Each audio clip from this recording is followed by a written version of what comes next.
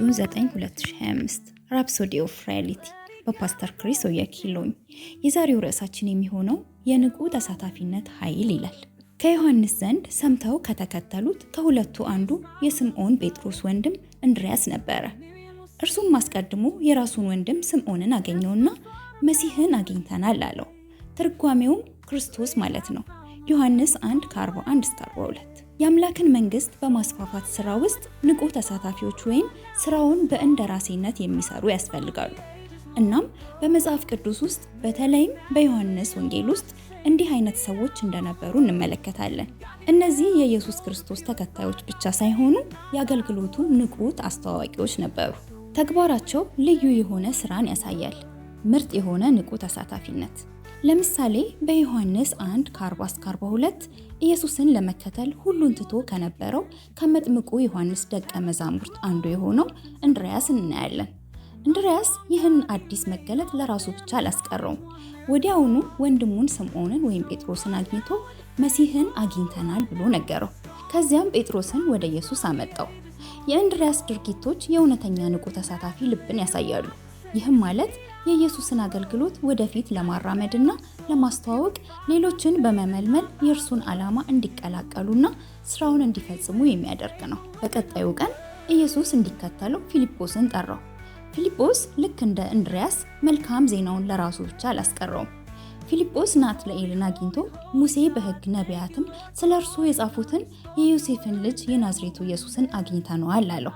ዮሐንስ ወንጌል 1:45 በመጀመሪያ ተጠራጥሮ የነበረው ናትናኤል ከናዝሬት መልካም ነገር ሊወጣ ይችላልን ሲል ጠየቀ። የፊልጶስ ምላሽ ቀላል ቢሆንም ኃይለኛ ነበር። ናትናኤልን መተህ ያለው ዮሐንስ 1:45-46 ይህ የንቁ ተሳታፊነት ኃይል ነው። እንድርያስና ፊልጶስ ኢየሱስን እንዲሁ ብቻ አልተከተሉትም። ሌሎችን በንቃት ወደ እርሱ አመጡ። እነርሱ የመሲሁን ጉዳይ ቀደም ሲል በእግዚአብሔር ከሚያምኑት ቀናተኛ ሰዎችና ሌሎች አይሁዳውያን ጋር አገናኙ። በተመሳሳይ በዛሬው ጊዜ የእግዚአብሔርን መንግስት ለማስፋፋት ቁርጠኛ፣ ጥልቅ ስሜት ያላቸውና ለወንጌል ባላቸው ቁርጠኝነት ራሳቸውን የማይቆጥቡ በጣም ብዙ የእግዚአብሔር ሕዝቦች ሰራዊትን እንፈልጋለን። እንደ አውሮፓውያን አቆጣጠር በዚህ በ2025 ሙሉ የወንጌል ስብከትን እያጠናቀቅን ነው። ለዚህ ኃላፊነት ወይም ተልእኮ ንቁ ተሳታፊዎች ወይም ስራውን በእንደራሴነት የምትሰሩ ሁኑ። ታላቁን ተልእኮ ስንፈጽም ሌሎች ወደዚህ ዓላማ እንዲቀላቀሉ አበረታቱ።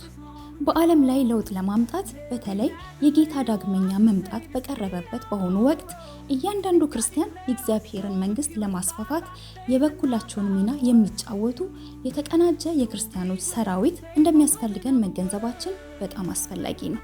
የዛሬውን አጭር ጸሎት አብረን እንጸልይ። ውድ አባት ሆይ በመንግስትህ የወደፊት እርምጃ ውስጥ ንቁ ተሳታፊ ስላደረግከኝ አመሰግንሃለሁ። በእኔ በኩል ብዙዎች ወደ መንግስቱ ገብቷል፣ እናም ወደ ታላቅ ሰራዊትህ ተቀላቅሏል። መለኮታዊ ዓላማህን በመፈጸም እና ህይወቶችን በሁሉም ቦታ እየለወጥኩ ነው። በመንፈስ ጥበብና ኃይል እመላለሳለሁ። የመንግስቱን ተጽዕኖ ያለማቋረጥ እያስፋፋው ነው። በኢየሱስ ስም አሜን። ለተጨማሪ ጥናት የዮሐንስ ወንጌል 1:40-42፣ የዮሐንስ ወንጌል 4:28-30፣ ሁለተኛ ጢሞቴዎስ 2:2 ተባርካችኋል።